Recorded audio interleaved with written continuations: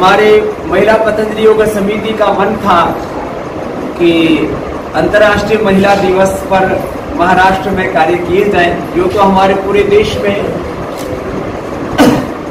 लगभग 10 लाख कार्यकर्ता बहने हैं और 50 लाख हमारी योग साधिकाएं हैं, जो एक बड़ी संख्या है।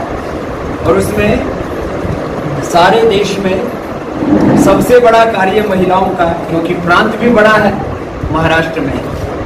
और बहन सुधाताई जी, शोभा जी, संजीवनी जी और हमारे पूज्य स्वामी आनंद देव जी, पूज्य स्वामी परमार्थ देव जी और पूरे देश में महिला पतंजलि योग समिति का नेतृत्व करने वाली श्रद्धामयी पूज्य स्वामी देवप्रिया जी मेरे साथ। मैं आपको 2 संदर्भ बस कह करके फिर आपके प्रश्नों को लूँगा, क्योंकि बहुत दिन हो गए मीडिया से इंटरेक्शन थोड़ा हमने कम कर रखा था क्योंकि हमने योग धर्म को और योग आयुर्वेद स्वदेशी के साथ भारतीय शिक्षा और भारतीय चिकित्सा व्यवस्था की पुनः प्रतिष्ठा को ही अपना 99% समय दिया हुआ है। आज के संदर्भ में कहूँगा, आज अंतर्राष्ट्रीय महिला दिवस है। सुबह आज चंद्रपुर के अंदर कार्यक्रम था, उसको मुझे वर्चुअली संबोधित करना पड़ा क्योंकि फिर यहाँ आना मुश्किल होता। स्पेशल फ्लाइट से इसीलिए आना पड़ा क्योंकि कनेक्टिविटी थोड़ी पुअर है। लेकिन आसमान से देखो या जमीन से, रत्नागिरी अपने आप में धरती का स्वर्ग जैसा है। और अभी मेरा मराठी में समझने तो लग गया, बोलने का प्रैक्टिस थोड़ा बाकी है। रत्नागिरी में 11 साल के बाद आए और हमारे स्वातंत्र्य वीर सावरकर जी के सबको प्रणाम करके, और उन्होंने जो एक सपना देखा था अखंड भारत का, स्वाभिमानी भारत का, तेजस्वी वीर भारत का, और स्वतंत्रता हमारा जन्मसिद्ध अधिकार है, इसके उद्घोषक और राष्ट्रीय स्वाभिमान के पुरोधा और स्वाधीनता की उस क्रांति के प्रवाह को जिन्होंने मुखर स्वर दिए, ऐसे लोकमान्य गंगाधर तिलक जी की पावनी भूमि को प्रणाम करके, उस मिट्टी का तिलक करके आज आपके बीच में उपस्थित हैं। कोरोना के इन 2 सालों में किसी पहले सार्वजनिक कार्यक्रम में सम्मिलित होने के लिए 2 साल में पहली बार रत्नागिरी में पहला कार्यक्रम हुआ। और जो है इसके पीछे 2 प्रेरणाएं रही। एक तो भाई उदय सावंत जी, उनकी एक तरफ जहाँ राष्ट्रनिष्ठा प्रखर है, वहीं उनकी योग निष्ठा भी, और मुझ में भी उनकी अत्यंत प्रीति है। और उनके पिताश्री भी हमारे प्रति अनन्य प्रेम रखते हैं। महाराष्ट्र में उद्धव जी बहुत अच्छा कर रहे हैं। आपके रत्नागिरी में हमारे उदय भाई को यहाँ का भाग्योदय करने के लिए पुरुषार्थ कर रहे हैं। ऐसे ही सेंट्रल गवर्नमेंट भी चाहती है कि वो भी अच्छा करे। अब जो सत्ता में होता है वो तो चाहता ही है ना कि वो देश के लिए भी अच्छा करे और अगली बार भी जीते। तो जो भी लोग सत्ता में होते हैं ऐसा ही प्रयास करते हैं, ऐसे ही सब लोग प्रयास कर रहे हैं।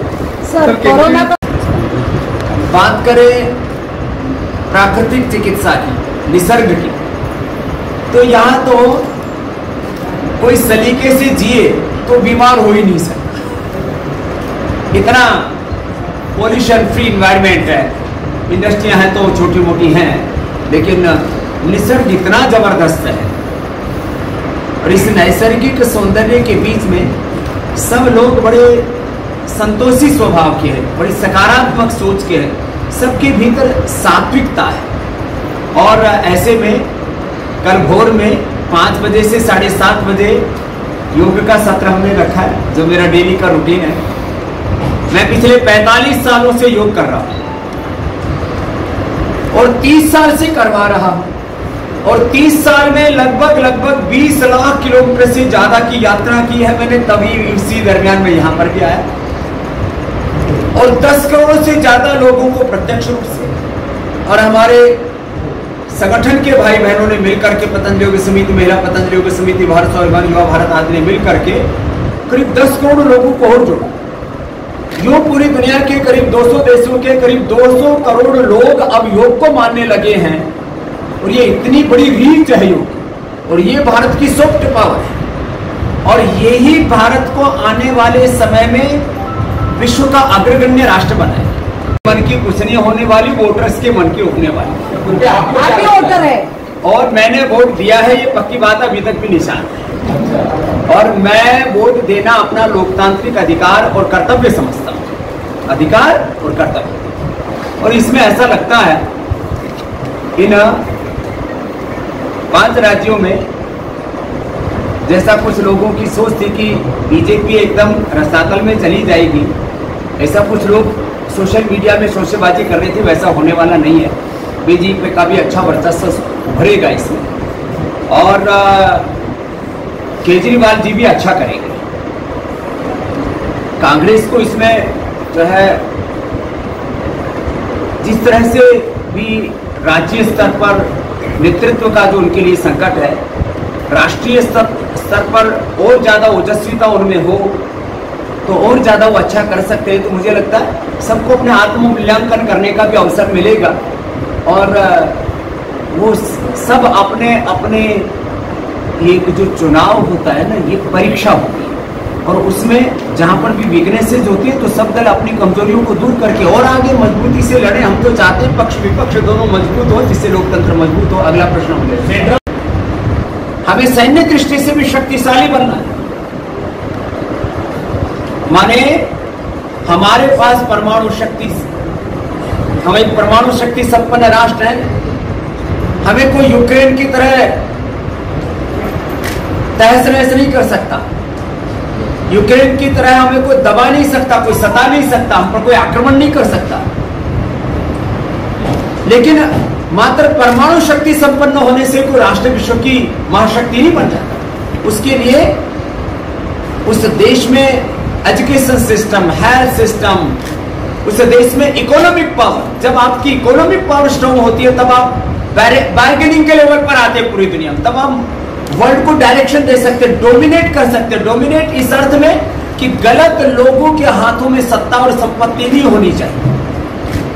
तो भारत आने वाले 2045 तक विश्व की सबसे बड़ी आर्थिक, राजनीतिक, सामरिक, सामाजिक, आध्यात्मिक महाशक्ति होगा, और उसकी आधारशिला हम तैयार कर रहे हैं। और हम अपने आंखों के सामने वो दिन देख करके जाएंगे जो सपना देखा था वीर सावरकर ने, जो सपना देखा था लोकमान्य गंगाधर तिलक जी ने, चंद्रशेखर राजगुरु, सुखदेव भगत सिंह ने, जो सपना देखा था वीर श्रोमणी छत्रपति शिवाजी महाराज ने, महाराणा प्रताप, और उन सभी हमारे क्रांति धर्म और शांति धर्म सब महापुरुषों के, स्वामी विवेकानंद और स्वामी दयानंद के सपनों का भारत बनाने के लिए मैंने तो कर्म को ही अपना धर्म मान करके, और सुबह 4 बजे से लेकर 10 बजे तक सबसे अर्ली मेरे वर्किंग आवर्स शुरू होते हैं 4 AM to 10 PM।